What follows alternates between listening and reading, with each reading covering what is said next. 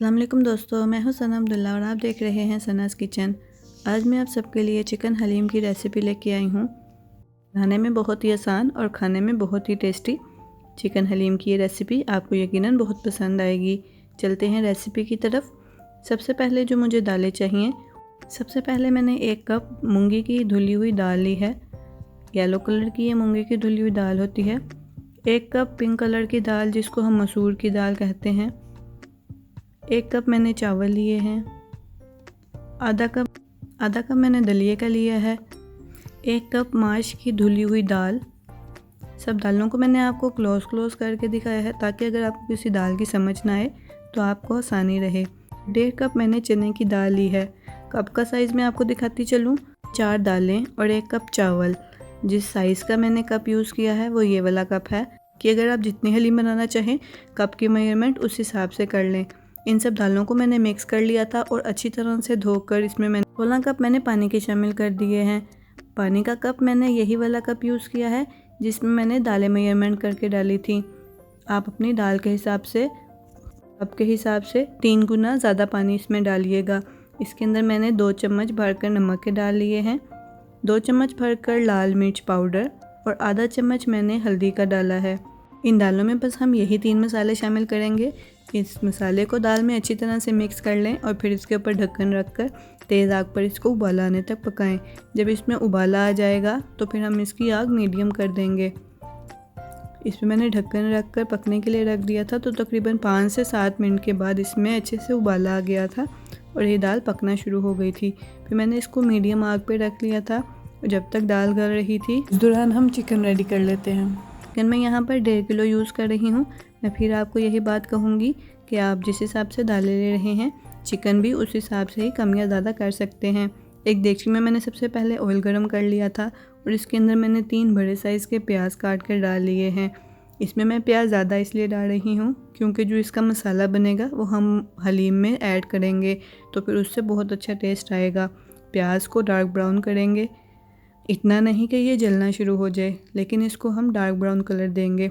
देगची के नीचे आप आग ज़्यादा तेज़ मत रखिएगा क्योंकि प्याज को हमने जलाना नहीं है। थोड़ा सा डार्क ब्राउन प्यारा सा कलर आ जाए तो इसके अंदर मैंने कुछ खड़े मसाले ऐड किए थे। 3 से 4 अदद दालचीनी, 4-5 लौंग, 6 से 7 अदद साबुत काली मिर्चें और 1 चम्मच ज़ीरे का प्याज में ऐड कर इसको 1 मिनट के लिए भून लिया है। इसको भुनने के बाद इसमें मैंने 3 चम्मच लहसुन अदरक के पेस्ट के डाल लिए हैं और फिर इसमें अच्छे से हम भून लेंगे।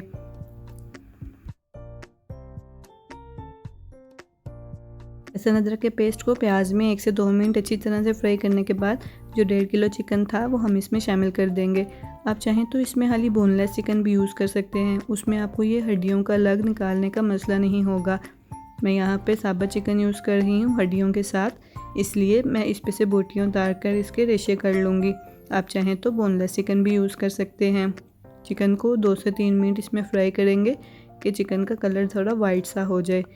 इनको 3 से 4 मिनट प्याज और लहसुन अदरक के पेस्ट में फ्राई कर लें।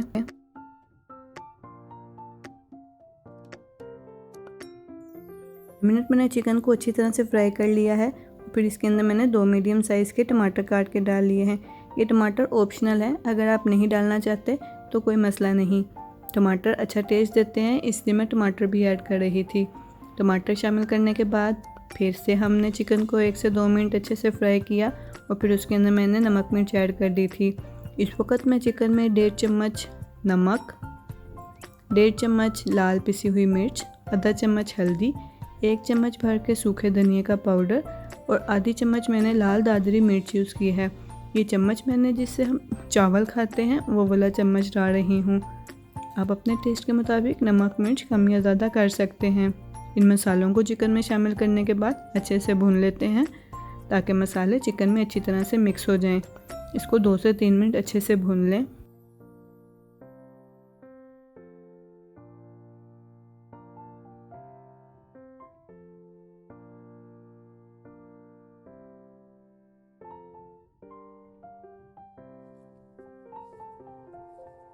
जी, तो 4 से 5 मिनट मैंने चिकन को अच्छे से भून लिया है और देखें इसमें ऑयल भी अलग हो रहा था। फिर मैंने इसके अंदर 1.5 गिलास पानी का शामिल करके चिकन को मीडियम आग पर थोड़ी देर के लिए गलने के लिए रख दिया था। वैसे तो चिकन बहुत जल्दी गल जाता है, लेकिन मैंने इसमें पानी डाल दिया था क्योंकि हमने चिकन के रेशे करने थे, तो इस तरह चिकन के रेशे करने में बहुत आसानी हो जाएगी। इसमें 1.5 गिलास पानी शामिल करके इस पर ढक्कन रखते हैं और इसको कुछ देर के लिए मीडियम आग पर पकने के लिए रख देते हैं, जब तक हम अपनी दाल को भी देख लेते हैं। दालें मैंने बीच में 1 से 2 दफ़ा चेक की थी, लेकिन सारी दालें गल चुकी थी, सिर्फ चने की दाल थोड़ी कच्ची सी लग रही थी, इसलिए मैंने इसको मज़ीद 10 मिनट के लिए गलने रख दिया था।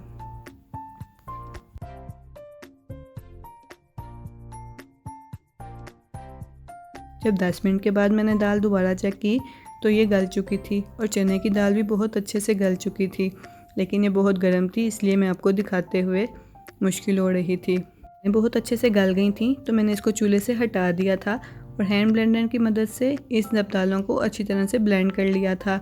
मैंने बहुत ज़्यादा इसको पेस्ट नहीं बनाया था, क्योंकि चने की दाल या कोई दाल इसके अंदर जब साबुत दाना भी आता है तो वो हलीम में बहुत अच्छा टेस्ट देता है। तकरीबन 10 मिनट के बाद चिकन भी हमारा रेडी है। फिर मैंने इसको तेज़ आग करके इसको अच्छे से भून लिया था कि इसका थोड़ा सा मसाला बन जाए और पानी ड्राई हो जाए। तकरीबन 4 से 5 मिनट इसको अच्छे से भूनने के बाद हमारा चिकन भी रेडी हो गया है। इस चिकन को भी चूल्हे से हटा लेंगे क्योंकि हमने इसके रेशे करने हैं और इसका ठंडा होना बहुत ज़रूरी है। ये देखिए, दालों में मैंने हल्का सा ब्लेंडर चला लिया था, कुछ दाल आपको मोटी मोटी भी नज़र आ रही होगी। ये मैंने खुद ही ऐसे रखी है क्योंकि ये हलीम में बहुत अच्छा टेस्ट देती है। चिकन के मैंने रेशे कर लिए थे, आप चाहें तो फोक की मदद से या हाथ से इसके रेशे कर सकते हैं। हड्डियाँ अलग कर ली थी और रेशे मैंने करके ये मसाले में ही मिक्स कर लिए थे। अब हम इस चिकन को हलीम में शामिल कर लेते हैं।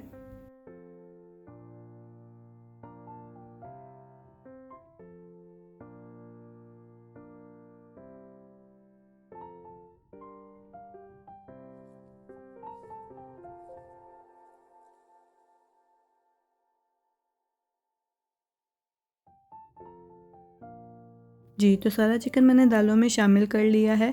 अब इस चिकन को और दाल को अच्छे से मिक्स कर लेते हैं और फिर इसके अंदर हमें जो नमक मिर्च कम लगेगी वो ऐड करते हैं।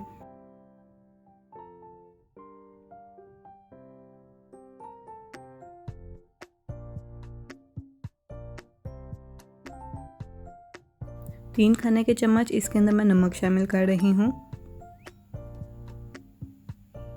2 खाने के चम्मच भर के इसमें लाल पिसी हुई लाल मिर्च शामिल करेंगे। इस वक्त इसके अंदर सिर्फ यही 2 मसाले हम शामिल करेंगे। आप चाहें तो इसके अंदर 1 चम्मच लाल दादरी मिर्च भी शामिल कर सकते हैं। सब मसालों को हलीम में अच्छे से मिक्स कर लें। अब चम्मच की बजाय हम मदानी यूज़ करेंगे। आप जानते ही होंगे मदानी के बारे में, जिससे लस्सी बनती है। वो मदानी ले लें और वो लगातार हलीम में चलाते जाएं, क्योंकि अब इस वक्त इस मदानी से ही हलीम में असली टेस्ट आएगा। इसको बहुत ज़्यादा कूटने की ज़रूरत है।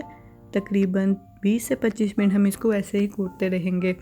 इस दौरान मैंने 2 चम्मच गरम मसाले के इसमें शामिल कर लिए थे। ये हलीम हमारी तैयार होने के करीब है, इसलिए इसके एंड पे डालने वाले मसाले शामिल करेंगे। गरम मसाला डालने के बाद सेम इसी पोजीशन में हम मदानी लगाते जाएंगे। आपने इसके अंदर लगातार मदानी चलाती रहनी है, क्योंकि हलीम नीचे भी लग सकती है। साथ साथ जो किनारे पे हलीम लग रही थी उसको भी चम्मच की मदद से उतारते जाएं। 20 से 25 मिनट इसको अच्छे से मिक्स करते जाएं, ताकि चिकन हलीम में अच्छे से रच जाए और प्यारे से खूबसूरत से रेशे रेशे से बन जाए। ये देखिए, आप देख रहे होंगे कि हलीम ठीक होती जा रही है। ये तकरीबन रेडी होने के करीब है। अभी स्टेज पर में से बहुत सी छींटे भी उड़ना शुरू हो जाएंगी। आपने उन छींटों से बहुत एहतियात से इसमें चम्मच लगाना है, क्योंकि वो छींटे बाजू पे, हाथ पे आपके लगेंगी, बहुत तकलीफ दे होंगी। इसलिए अगर आपके पास ग्लव्स हैं तो मेरा मानना है कि आप ग्लव्स यूज़ कर लें।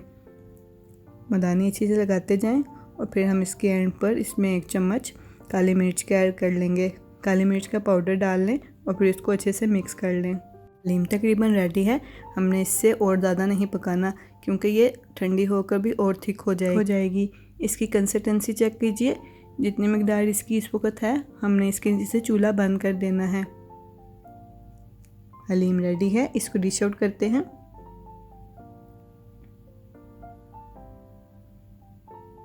इस हलीम को आप प्याज ब्राउन करके हरी मिर्चें, अदरक, धनिया, लीमू के साथ सर्व करें। गर्मा गर्म नान के साथ बहुत ही मज़े की ये हलीम सबको बहुत पसंद आएगी। इसमें मैंने अलग से थोड़ा सा लाल ऑयल बना लिया था। मैं आप 5 टेबलस्पून ऑयल डाल लें और फिर उसमें 2 चम्मच पानी के शामिल कर लें। उसमें एक पिसी हुई लाल मिर्च का चम्मच शामिल करके उसको चूल्हे पे रख दें। आग मीडियम रखें क्योंकि ये मिर्च गले में लग सकती है। इसको हम थोड़ा सा पका लेंगे तो बहुत ही प्यारा रेड सा गोल्डन सा ऑयल तैयार हो जाएगा इस पर डालने के लिए। उम्मीद करती हूँ आपको मेरी आज की रेसिपी पसंद आई होगी। अगर आपने मेरा चैनल अभी तक सब्सक्राइब नहीं किया तो मेरा चैनल सब्सक्राइब करें, मेरी वीडियो को ज़्यादा से ज़्यादा शेयर करें।